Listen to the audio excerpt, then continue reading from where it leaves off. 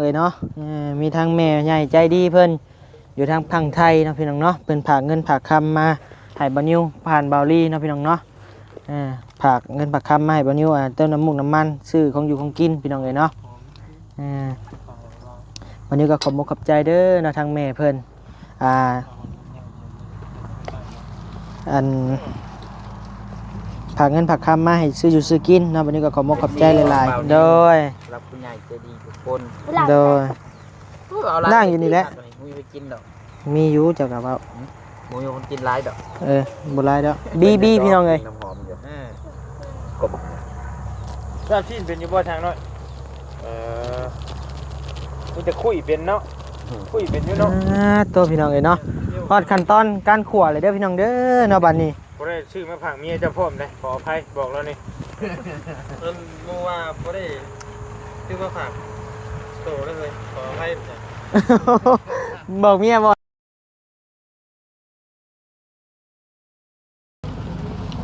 มาพี่น้องเอ้ยบาทนี้เนาะเนาะพากันจุ่มหน้าใส่กองไฟหมดแล้วบาทนี้ได้นะบ่มีบ่สบายดีเด้อไอ้เด้อโอ้เด้อโดยมาบัดนี้พี่น้องเอ้ยเนาะมีกันบ่จะมีนี่จะมีอยู่ซึบเราไปขอซึบแล้วก็จะได้เดี๋ยวบ่มีมันเป็นบ่ได้ดอกคนเฮามีหน่อยมีหลายแล้วแต่นี่ล่ะว่ะ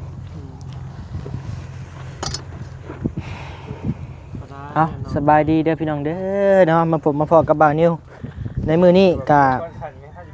เฮ็ดของกินอีกแล้วเด้อพี่น้องเด้อเนาะเฮ็ดลาบเฮ็ดก้อยมื้อนี้กินแต่ลาบกินแต่ก้อยพี่น้องเอ้ยเนาะมีทางแม่ใหญ่ใจดีเพิ่นอยู่ทางพังไทยเนาะพี่น้องเนาะเพิ่นฝากเงินฝากคำมาให้บ่นิวผ่านเบาลี่เนาะพี่น้องเนาะฝากเงินฝากคำมาให้บ่นิวเติมน้ำมูกน้ำมันซื้อของอยู่ของกินพี่น้องเอ้ยเนาะวันนี้ก็ขอบคุณขอบใจเด้อเนาะทางแม่เพิ่นอันฝากเงินฝากคำมาให้ซื้ออยู่ซื้อกินเนาะวันนี้ก็ขอบคุณขอบใจหลายๆต้องบรรยากาศก็หนาวพี่น้องเอ้ยมื้อนี้เนาะตัวใช้หาตังหายังได้ไว้บาทนี้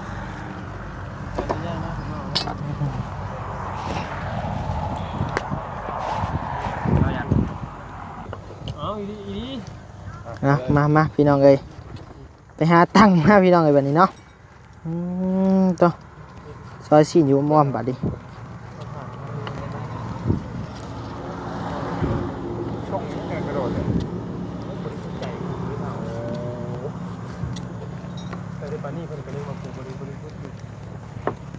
กว่าโคตรโกงคักดีนี่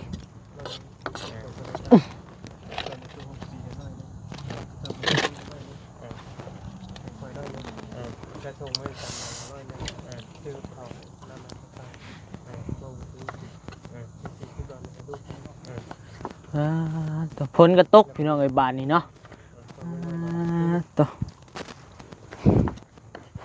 มีประเด็นอีกแล้วพี่น้องมื้อนี้เล่นยังนะบ่ประเด็นข่าวรอดอีกแล้วนักบ่นี่ถึงจะมีประเด็นกินอีกแล้วประเด็นยังพี่น้องเอ้ยไปรอพังเบิ่งช่องบาลีเด้อพี่น้องเด้อประเด็นน่าจมอยู่เอามาซอยชิ้นเห็ดลาบเห็ดก้อยพี่น้องเอ้ยมื้อนี้ใช้บ่าวพันใช้มานั่งกันกูอ่ะน่ะให้กันเว้าบ่มอยู่ผู้เดียวนี่นั่งใช่เลยเด้นี่ทางข้างนี่มียังไม่ชอบล้างพักมั้ยล้างพักเนี่ยกูมีพักเด้พักดินี่ฮะโดยดิพักพร้อมลุมนะเด็กๆคืออะไรวะมาเห็ดอยู่เห็ดกินอยู่ในเฮือนอยู่ในเฮือนในซ่านน้องบุญทวีสายฟ้าเด้อพี่น้องเด้อน้ำมือนี่พักยังไงที่พักแม่นเด็ดแม่นน่ะเด็ดยอดมันน่ะเด็ดใช่ป่ะแม่เด็ดเอาลายบ่เอายอดมันแหละเด็ดใส่ถุงยางก็ได้นี่เด็ดน้ำนี่ นี่เอายอดมัน เอาแต่ยอดมันนี่ เอายอดอ่อนๆมันนะจุ๊บ ตัวนี้จิ้มบ่ตัวนี้ ใส่จักว่าใส่ลีเห็นได้อันพักอันนี้ฮะ ตกใจเลย เอาแต่ใบมันบ่ อันนี้ยังคาใจอยู่นี่พักก่อนพักประเด็นร้อนก่อนมากินพักก่อนพอก่อนบ่โอ้ เอาแต่ใบบ่ บุจักคือกันเนาะ ใส่บ่ยาวมาแม่น่ะ บ่เบื่อบ่ดิ ใบมะกอกได้พอเฮา กินกับแล้ววะ โดย เอาแต่ใบมันล่ะ แต่ วะ ใบมันหั่นแหละ ใบมัน กันมันคือสิบ่ไหวติ ยอดมัน ใบมันหั่นแหละใบมัน ใส่กลับไปหาประเด็นเลยบ่ บ่พอก่อนเฮ้ยเอาพอได้ฮู้แล้วฉันนี่ก็ฮู้แล้วลงโตแล้วล่ะวะลงแล้วสิ่งเลย คำบ่ลงก็มาเว้ากันตัวเนี้ยเนาะ เรื่องมันชี้แจงได้ไม่ใช่ปัญหาชี้แจงได้หน้าฉันนี่คือ มีทาง เนาะได้อยู่ใช่เดี๋ยวมันมาอีกเลยเดิฮะ น่ะ นั่นโอ้ขอบคุณขอบใจเด้อบ่าวยาว ได้ได้ยัง อุปถัมภ์ผาบัตร โอ้ยไปเอา ขอให้บ่าวนิวเฮ็ดกินได้ใส่น้องใส่ผ้าดิใส่ผ้าอาบน้ำบ่มาเนี่ยเด้ดิ มาไว้อยู่บางไทยนี่เพิ่นเลิศพักจังเด้เนาะ ใบมะกอก ไม่ประกอบบ่ มะกอกบ้านมันมะกอกอยู่ไทยเอิ้นได้ซะ มาก่อ มาล้างพักนี่ให้ได้ไหมนี่นี่สบายดีพ่อแม่พี่น้องเพิ่นเนี่ยนั่งลงพี่เพิ่นบ่เห็น FC ของเบา โดย รับคุณใหญ่ใจดีทุกคน โดย เอา นั่งอยู่นี่แหละ มูไปกินดอก มีอยู่เจ้ากับว่า มูมีคนกินหลายดอก บ่หลายดอก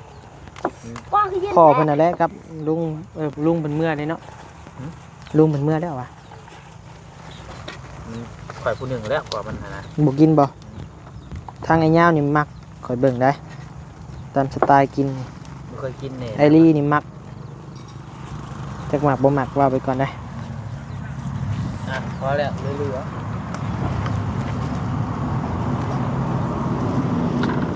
ๆมีกระโตกเขาใช้ผ้าแล้วกระโตกมาไปกระโตกกับถ้วยจานก็ได้เด้อ ไอ้ร่างกระตุกไอ้ป้าเป็นผู้เลยได้หาหำ ไม่ใช่ ปุ๊มาไป นั่นแหละได้ซ้ำนี้จังใส่เตาบ่ บ่นี่แหละนี่เฮ็ดนี่รถแล้วนี่เอาเตามาคีบทานนี่ใส่รถแล้วนี่ หิวเตามาเด้อได้บ่ มื้อนี้บ่าวใส่มานำพี่น้องเอ้ยมาก็ได้กินของแซ่บรถเพิ่น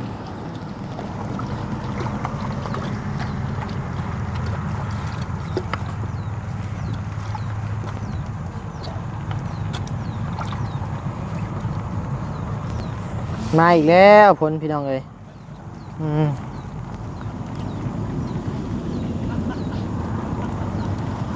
ใช่น่ะหัวม่วนแท้อายข่อย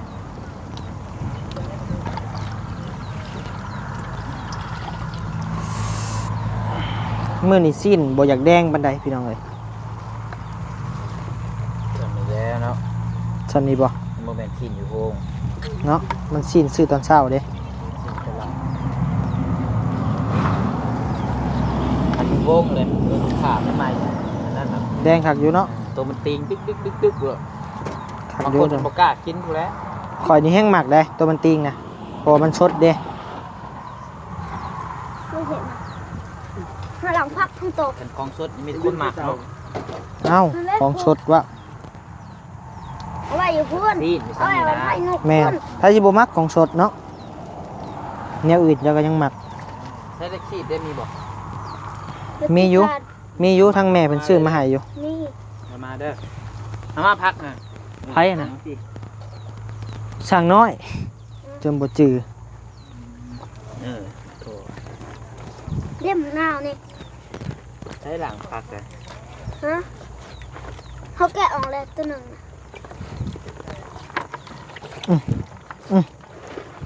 ไม่ข่อยถึกพ้น ไม่ใช่ นี่ ดี เอาได้บ้าง จังหวะ เดี๋ยวเอาทุ่งได้นี่ ถึกบ่ นี่ ลง YouTube โจคลิปก่อนก็ได้ เปลี่ยนมุม พี่น้องเอ้ยเปลี่ยนมุมได้อพี่น้องเด้อเนาะเพราะว่าฝนตกฝนลิ้นพี่น้องเอ้ยก็เลยว่าเปลี่ยนมุมจักเล็กจักหน่อยเนาะแจ้งอยู่บ่บ่าวพันชัย แล้วก็เป็น เพราะว่ายันไม่ตายได้อพี่น้องเอ้ยไม่มุนไม่มั่งซับ มาต้มดิเพีย บ่มีแต่ลาบเลยลาบเฉยเลยรอดเพราะว่าเฮาเฮ็ดลาบชุกเด้ดิบก็ได้คือกันเพราะว่าเพียมันนั่นอยู่ เนี่ยเราต้มก่อนใส่บดขีมเลย แม่น มันอยู่ที่เขา แม่น หนังกินไข่ค่ะ เพียเจ้าบ่แม่นขี่ใช่บ่คนที่อ่านนำเด้อพี่น้องเด้อ ขีเพียได้ขีงูตัวยันว่าอ้อก่อน บ่ สูตรไขมันเนาะ สูตรบ่ยาวได้ตัวนี้แซ่บนะข้อยเฮ็ดให้กิน ตองก่อน มันบ่มีแนวต้องได้แค่น้องเพิ่น เลย เอาเครื่องเพชรเป็นตัวมาให้เป็น โอ้พอสร้างขอบมกขอบใจหลาย เลือกเอาจะทำอะไร ๆโดย มาสต๊อก โอ้พอสร้างแล้วล่างอันน่ะพร้อมได้อฮะล่างถ้วยพี่น้องเอ้ย รับบวมไว้ อืม เอาใส่สบาย โดย กับตัวหอมโอ้กับก่อยคักแรกหลาย ผักบ่พ่อเฮาได้เอาให้นะ โอ้คักเลย มันมีหลายพักอยู่ได้นะฮะมันมี2พักคุณจะเบิ่งดูพอ แน่นบอกเดี๋ยวเบิ่งเลยคือเราไม่จะทานอันเดียวกัน มี2พัก โอ้มีคักกระโดดน้ำ แม่นๆพักกระโดน กระโดด โดย กระโดดน้ แต่จะคือปิ้นกล้องสิอันปิ้นก้นใส่กล้องเฮานะ ำบ่เนี่ยโอ้ ส่งขาดพอแห้งเลยเนาะ เอาอะ ยอดส่งขาดมาจัก เอาอะขาดแล้วขาดแน่ ขาดแน่บ่ ขาดแน่นะ บ่วงน่ะล่างแล้วบ่วง ขาดไปเลย อยู่นั่นแหละ เดี๋ยวแล้ว โดยใช้เจ้าเด็ดแม่นเจ้าเด็ดเป็นน่ะพักอันนี้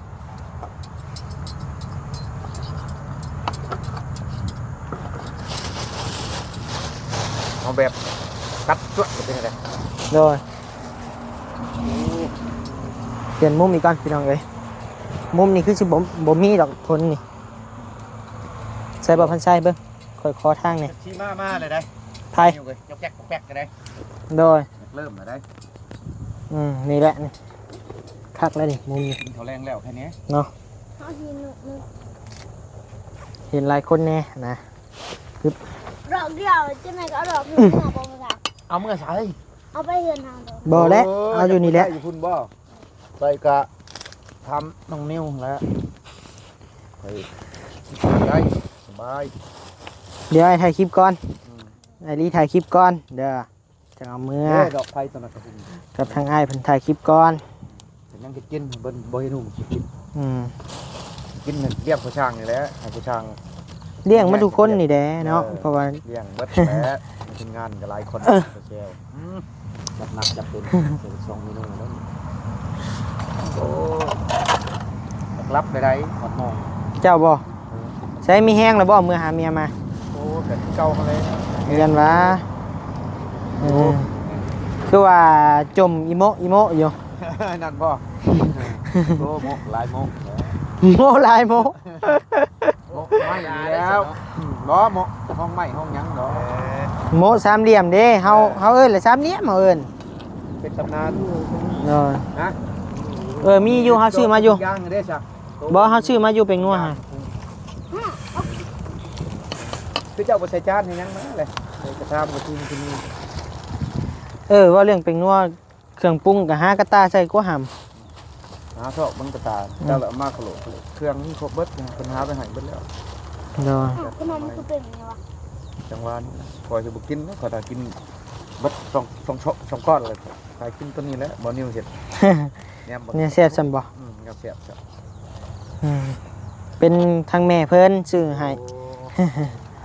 ทางแม่อยู่ฝั่งไทย ดีใจแล้วมากินข้าวกับทีมงาน เลย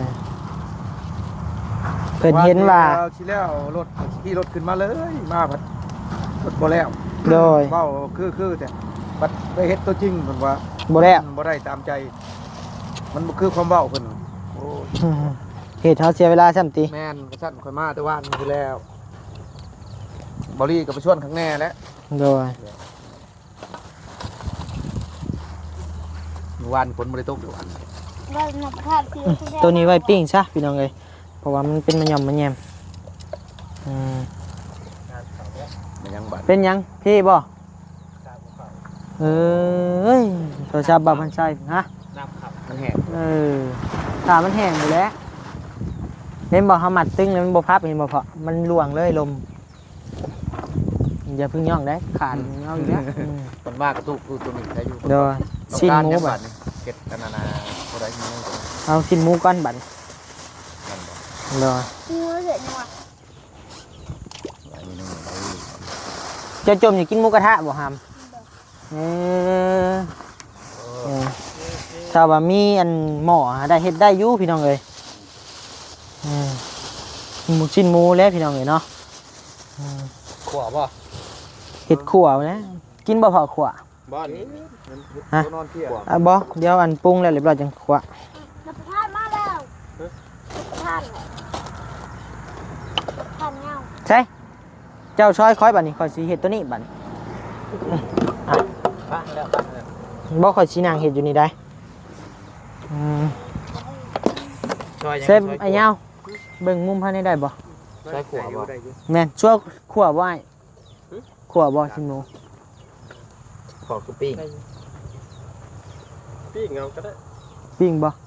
เฮาซื้อในขั่วมาได้ บ่สวยมันจะไปกิน ปิ้งเนาะ อื่นเนาะ จำได้ไหมหรอว่า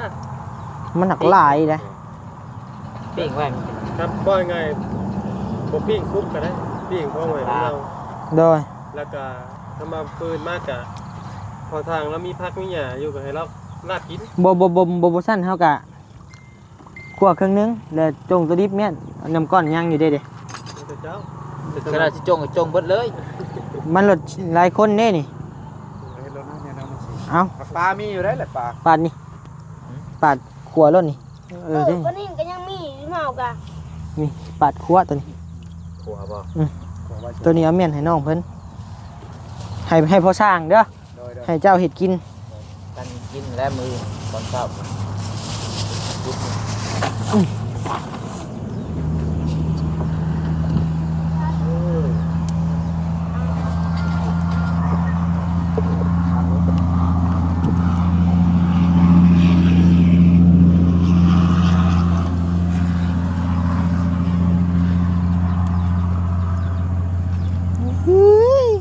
เนาะคนพี่จังกินอันนั้นอุจจาระงัวพี่น้องเลยเอ้าเกือบขวบของไอ้ ไอ้ยาวจะถือเป็นงัวมาบ่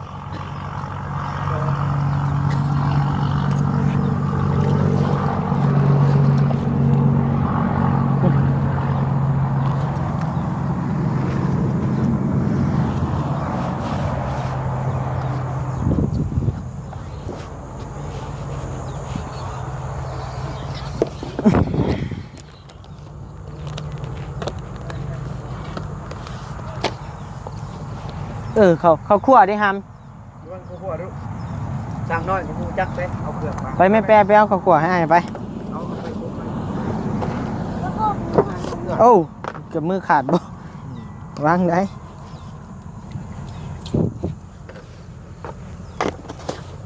เห็ดลาบชุกเอาเนาะพ่อกินดิบหลายมือเลย พอดีมันนั่นดิบเลยมันคืนมากกว่าโกเก๊ก เนาะเน่นท้องขึ้นเนาะ บ่มันแบบว่าจักมันพญาเท่านี้แหละมันเด็ก นั่งลงปะ โดย นั่นนี่ก็บ้านเจ้า บ่พ่อแม่พี่น้องมันเบิ่งเด้เพิ่นหล่นยาวซ้ำเนาะบ่เห็นเลย มันจักหนังยากนี่ เด้อ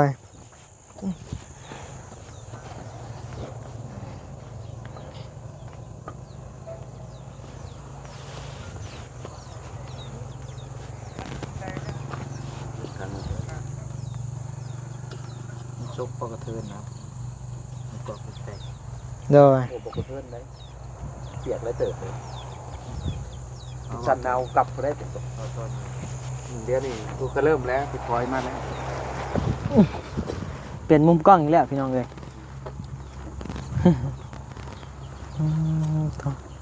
แน่นาวป่ะพี่ ช่างน้อยลาบป่ะ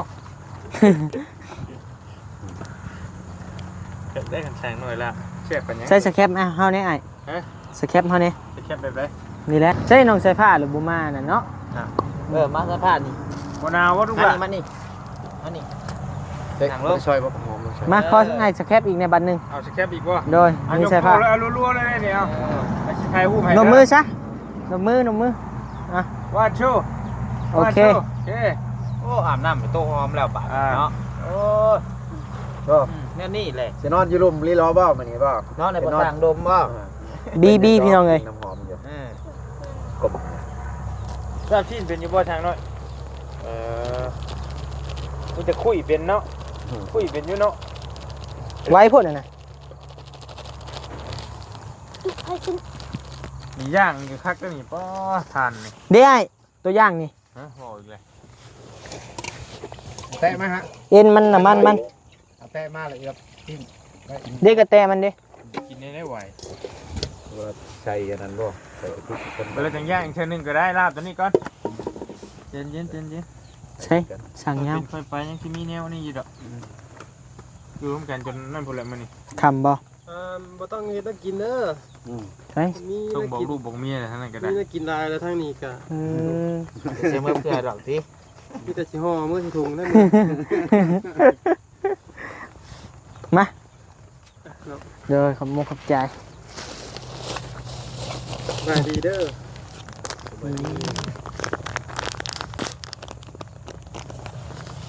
ใส่ลายเสียบลาย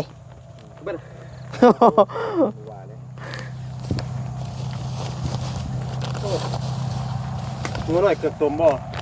โดยหากว่านี่ซอยนี่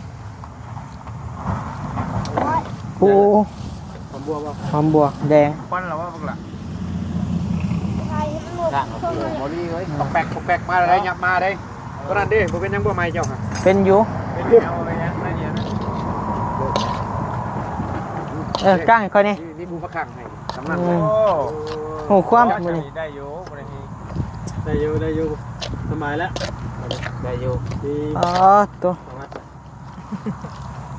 ขักอยุค่อยว่าขับบัดเจ้า ซอยปักหันด้วย บ่าวพัดใจเป็นมือซอยพี่น้องเลยโดย เมื่อกุ๊กใหม่ๆได้นี่จบมาแต่จีนหนึ่ง จบมาเลยจี ตัว ได้ฉายาเลยนะ ไปเอาสายยาสิเนาะ ลองเมนูกันดูอาหารเด็ด ปิ้งเขียดใส่เลยบ่ ใส่เลย ใช่แล้วเลย บ้านน้องสายฟ้าก็แค่ปากซอยแต่ถ้าอยากซอยก็มาหานกนิ้วเด้อพี่น้อง อ้าว ปั๊บอักซิบแม่นแล้วว่ะคำคม อุ้ยหอมรีบอ่ะชิมดู โอ้ยประธานใส่ปลาหอมเว้ย บ่ใส่ก็ใช่แล้วนะนี่เข้าปากเขานี่แหละ เนาะ1 2 เออย อดปั๊บชิป ซ้ายปักเสียบไม้อยู่บนนี้ถ้าจะเสียบก็มาบนนี้แหละ มาได้ใช้อีกอันนะกะ นั่นก็ว่าเนาะ เฮ้ยตัวเข่าพอ ลองดูกดไหม มาคักพี่น้องเลย คักบ่ คักใส่เอาใหม่เบิ่งดู จากมันตัวนั้นมันจะก่อน ใส่บ่าวพันใช้ชิมเบิ่ง พี่น้องเอ้ย ถอดแล้วถอดแล้วของใครมันใช้ได้อยู่ จะได้บ่ ขมอำลำใช่นี่พอแล้ว เอาพักตัวลงกับตัวของแถวลง อยากเห็นแล้วมุ้งลูกชายไว้อยู่บริษัทเวชสัตว์เลย มื้อนี้แล้วมันเฮ็ดบ่ได้เนาะ เลย คนกระตกบัดคิดว่า เอา ได้ ได้แอมข้างเลยคอยใส่ข้าวแล้วกันนะแอมข้างคนนี้ไปนี่เลยข้างหน้ามัน เอิ้นก็ได้แอมดอกเนาะ แมนเบิร์ดขึ้นแต่เช้าแล้ว ทำบุตร แมนตกไอ้ คนเด้อ ตกกระลุยบ่ ได้ตกกระแกงเลยมือ น้ำแกงกะลอย เพราะว่ามันมีพยางได้เขามาปาดแท้กี่ลูกเด้เลยปล่อยดึงขึ้น ขมอำลำมือนี่ใส่ขั่วก่อนพี่น้องเลย ปล่ บา อ ด ยได้เนาะ ผมนั่งอยู่ไหม มาใส่ไหม นี่ไม่ใช่ปะ ใช้กินเนาะเนี่ยเฮ็ดฮะใส่เอาได้เลยเดี๋ยวคุณบ่ เอาว่าได้เห็นอย่างไรพี่น้องเลย เอาไปตั้ง โดย อันนี้เด้นี่ ยางมันไปยางขึ้นมาขึ้นมา เป็นไฟ แกงคนจำ อู้คักบ่เดี๋ยวมันสุกก่อน ช่วยกันไป ห้ามไปเอาอันตะริว ง่ายเนี่ย ได้อยู่แล้วอันนี้เอาบ่เปรียกเอาไป อืม โบตายนะไหมนะกับแซมนี่นะ บ่โดยปูสาดบนนั่นแหละ อันนั้นมองนั่นเลย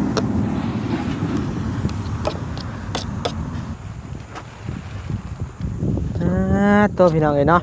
ฮอดขั้นตอนการขั่วเลยเด้อพี่น้องเด้อเนาะบัดนี้ บ่ได้ชื่อมาผังเมียเจ้าพ่อมได้ขออภัยบอกแล้วนี่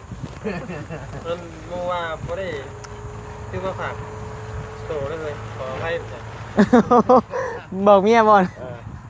บอกก็บอกเลย เนาะพี่น้องเนาะบัดนี้บ่นิวก็สิได้จบคลิปเพียงซำนี้เด้อพี่น้องเอ้ยเนาะขอบมกขอบใจผู้รักผู้ใหญ่ใจดีที่เพิ่น